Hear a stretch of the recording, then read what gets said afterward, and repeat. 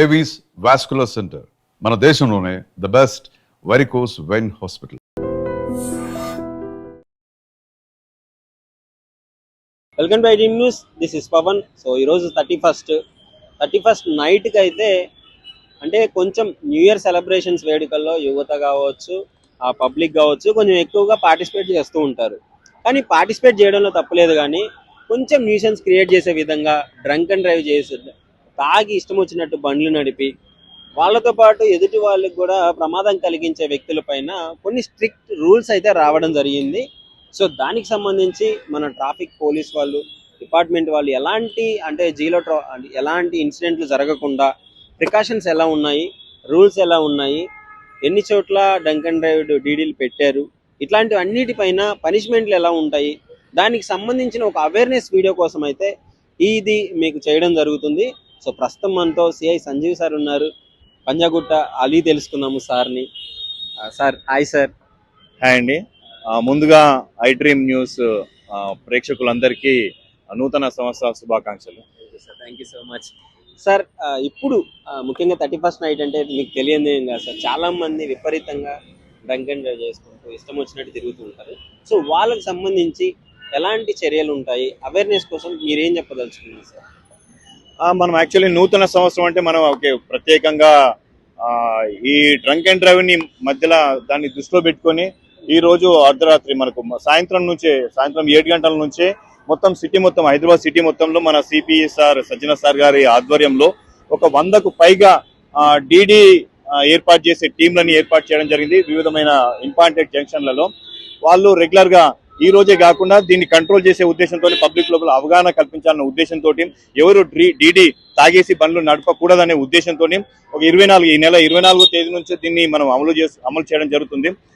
Daily 24వ తేదీ నుంచే వివిధ ఇంపార్టెంట్ జంక్షన్ లో డీడీ ఏర్పాటు చేయడం జరిగింది. డ్రంక్ అండ్ డ్రైవ్ టెస్టులు చేయడం జరుగుతుంది ఆల్రెడీ.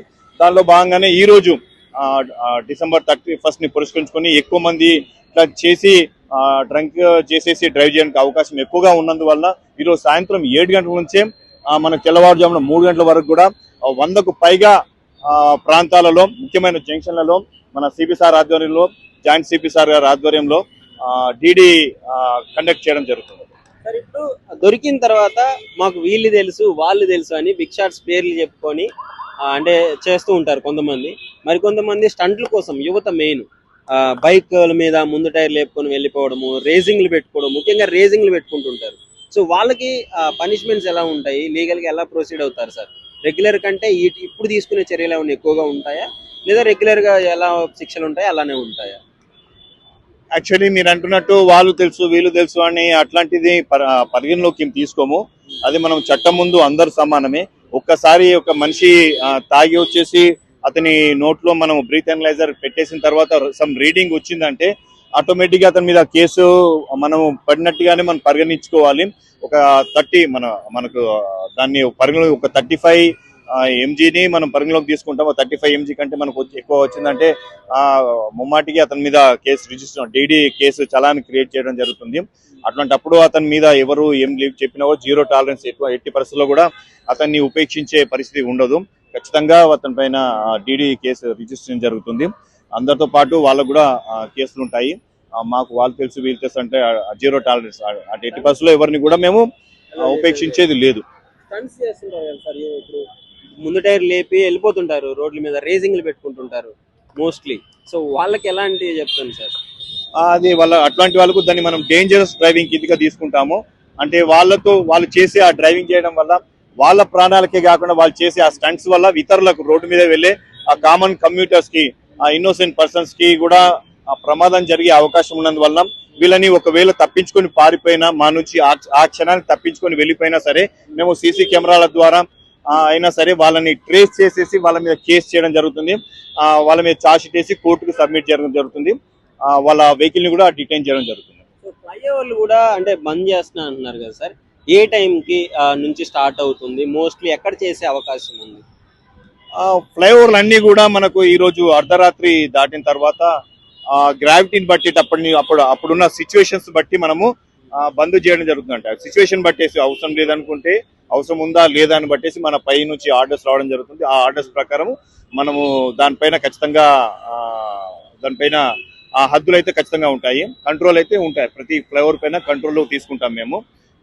ఎవరంటే దానిపైన మనం మీరు ఇంతకుముందు అన్నట్టుగా ఈ రేస్లు స్పీడ్ డ్రైవింగ్లు దానిపైన ఎక్కడ జరుగుతుంది కాబట్టి దాన్ని హద్దులో పెట్టడానికి అవకాశం ఉందండి. మోస్ట్లీ మైనర్లు కూడా బయటకు వస్తూ ఉంటారు, మైనర్లకు బైక్స్ ఇచ్చి వాళ్ళే కొంచెం అట్రాక్ట్ అవుతూ ఉంటారు స్టంట్లకి వాటికి వీటికి. మైనర్లకి ఇస్తే అదేవిధంగా చదువుకోవడానికి అబ్రాడ్ వెళ్ళి ఫారెన్ వెళ్ళే వాళ్ళు కూడా వాటికి వీసా వాళ్ళకి ఏమైనా ప్రాబ్లం అయ్యే ఛాన్సెస్ ఉన్నాయి ఇలాంటి కేసులతో? మంచి క్వశ్చన్ వేశారు. మైనర్లు అంటే మనం అది కామన్ గా చూస్తుంటాము. మైనర్లు అనేసరికి మనము వాళ్ళ ఉడుకు రక్తము, వాళ్ళకు తెలియనితనం ఉంటుంది. ఏది వాళ్ళకి ఏదో ఎప్పుడు కూడా జోష్ ని కోరుకుంటారు, స్పీడ్ ని కోరుకుంటారు వాళ్ళు. బట్ వాళ్ళని కంట్రోల్ గా ఉంచవలసిన బాధ్యత వాళ్ళ పేరెంట్స్ తో ఉంటుంది. ఆ చట్టపరంగా వాళ్ళ ప్రతి ఒక్కరిని రక్షించాల్సిన, సేఫ్టీగా చూసుకోవాల్సిన బాధ్యత మా పైన ఉంది కాబట్టి మా పైన కూడా ఉంటుంది. అందుకని ఎవరైనా మైనర్ డ్రైవింగ్ చేసిన సమయంలో వాళ్ళని కంట్రోల్ చేసి వాళ్ళని అక్కడే ఆపేసి వాళ్ళ మీద కేసు బుక్ చేసేసి అతని పైన, ఎవరైతే మైనర్ డ్రైవింగ్ చేస్తున్నాడో అతని పైనే కాకుండా ఆ బండి, ఆ యొక్క వెహికల్ ఎవరిపైన అయితే ఉంటుందో, ఆర్సీ ఎవరిపైన ఉంటుందో వాళ్ళని కూడా లయబుల్ చేయడం జరుగుతుంది. ఇతనితో పాటు ఎవరైతే మైనర్ ఉంటుందో అతనితో పాటు ఆ ఆర్సీ ఉన్న వ్యక్తి పైన కూడా కేసు చేయడం జరుగుతుంది. ఆ మైనర్ వ్యక్తి ప్లస్ ఆర్సీ ఉన్న వ్యక్తి ఇద్దరు కూడా కోర్టుకి, వాళ్ళిద్దరి పైన కూడా ఛార్జ్ షీట్ వేసి కోర్టుకి సబ్మిట్ చేయడం జరుగుతుంది. ఖచ్చితంగా ఇప్పుడు ఏదైనా సరే, డేంజరస్ డ్రైవింగ్ అయినా సరే, డీడీ అయినా సరే, ఇప్పుడు మనం మైనర్ డ్రైవింగ్ అయినా సరే ఖచ్చితంగా కోర్టుకి ఒకసారి కోర్టుకి ఛార్జ్ షీట్ సబ్మిట్ చేసిన తర్వాత వాళ్ళు నెక్స్ట్ వీసా కోసం చూసుకుంటున్నప్పుడు, ఎన్ఓసి ఉన్నప్పుడు ఖచ్చితంగా వీటి ప్రభావం ఛార్జ్ షీట్ వేసినప్పుడు ఆ కేసు యొక్క ఫలితం వాళ్ళ మీ ఫ్యూచర్ లో వీసా కోసం వాళ్ళు ప్రయత్నించినప్పుడు దీని యొక్క ప్రభావం దాని మీద ఖచ్చితంగా ఉంటుంది. Thank you sir. ముఖ్యంగా మీరు చెప్పదలుచుకున్న విషయం ఏంటి? అవేర్నెస్ కోసం ఒక చిన్న మాట, మీరు 31st నైట్ ఎలా సెలబ్రేట్ చేసుకోవాలి అని? మనం జరుపుకుంటాం నూతన సంవత్సర శుభాకాంక్షలు. నూతన సంవత్సరం అన్నప్పుడే దాన్ని ఒక హ్యాపీగా చేసుకోవాలి, సంతోషంగా చేసుకోవాలి, ఆనందంగా ఉండేటట్లు చేసుకోవాలి. మనతో పాటు మన యొక్క సంతోషం, ఆనందంతో పాటు ఇతరులకు కూడా ఆనందంగా సంతోషంగా ఉండేటట్లు మన ఈ నూతన సంవత్సరాన్ని చేసుకోవాలి. కానీ మనం చేసే ఈ పిచ్చి పనుల వలన, డ్రంక్ చేసి డ్రైవ్ చేయడం వలన, స్టంట్స్ వేయడం వలన, స్పీడ్ డ్రైవింగ్ చేయడం వలన వేరే వాళ్లకు హాని కలిగించే విధంగా చేయకూడదు, మన చర్యలు ఉండకూడదని అందరూ మనం ఎట్లాగో హ్యాపీగా ఆనందంగా ఉండాలని కోరుకుంటాము. ఇతరులు కూడా వాళ్ళని కూడా హ్యాపీగా ఆనందంగా ఉంచాలని, మన యొక్క చర్యల ఫలితం వల్ల వేరే వాళ్ళకి ఎట్టి పరిస్థితుల్లో ఎటువంటి గాయాల పాలు కాకుండా, మీరు గాయాల పాలు కావద్దు, మనం చేసే చర్య వలన వేరే వాళ్ళకు కూడా గాయాలకు ప్రమాదాలకు అవకాశం ఇవ్వకూడదని మేము చేసే ఈ డ్రంక్ అండ్ డ్రైవ్ యొక్క ప్రయత్నం ముఖ్య ఉద్దేశం అదే. ఖచ్చితంగా ఉంటుందండి. ఇప్పుడు వాళ్ళ యొక్క గ్రావిటీని బట్టి, ఇప్పుడు ఏదైతే మనకు టాలరెన్స్ ఏదైతే వాళ్ళకు ఎంజీ అయితే మనం చెప్తున్నామో, వాళ్ళకు వచ్చే ఎంజీని బట్టేసి ఒకవేళ వాళ్ళకు ఎక్కువగా ఉన్నట్టయితే ఖచ్చితంగా జైలుకి వెళ్లే అవకాశం ముమ్మాటికి ఖచ్చితంగా ఉంటుంది. మన సిబి సార్ ఉద్దేశం కూడా అదే.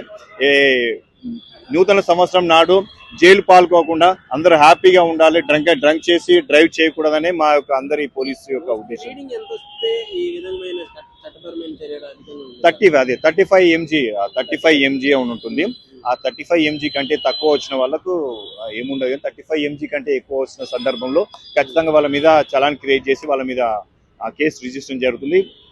వెహికల్ ని డాక్యుమెంట్ ప్రొడ్యూస్ చేసిన సందర్భంలో వెహికల్ ని కూడా డిటైన్ చేయడం జరుగుతుంది. Thank you so much sir. Thank you very much. ప్రస్తుతం చూస్తున్నారు కదా, పంజాగుట్ట పోలీస్ స్టేషన్ లో సిఐ సంజీవ్ గారు చెప్పడం జరిగింది. సజ్జనార్ గారు మొత్తం స్ట్రిక్ట్ గా ఈసారి 31st న్యూ ఇయర్ లో 0 టాలరెన్స్, అంటే ఇలాంటి యాక్సిడెంట్లు కానీ ఎలాంటి ప్రమాదాలు కానీ జరగకుండా క్లియరెన్స్ కోసము ఇలాంటి చర్యలు తీసుకున్నట్లు తెలుస్తుంది. And for more videos, please subscribe to iDream. Please subscribe to iDream. Please subscribe iDream. And please subscribe to iDream. For more videos, subscribe to iDream. Please like, share and subscribe to the channel. Congratulations, iDream. Subscribe to iDream. Subscribe to iDream. So subscribe to iDream Media. iDream team అందరికి huge congratulations. Please subscribe iDream Media. Please subscribe to iDream. Subscribe iDream. Please subscribe to iDream. iDream అంటే నా కళల channel subscribe చేసుకున్న నోరు తిరుగుతలేదు, మీరైతే గంట గుర్తు కొట్టండి. For more such videos, please subscribe to iDream. Subscribe to iDream. Please subscribe to iDream. Please subscribe iDream Media. Please do subscribe to iDream. Please subscribe to iDream Media. For best entertainment and information, please subscribe iDream. And don't forget to subscribe to iDream.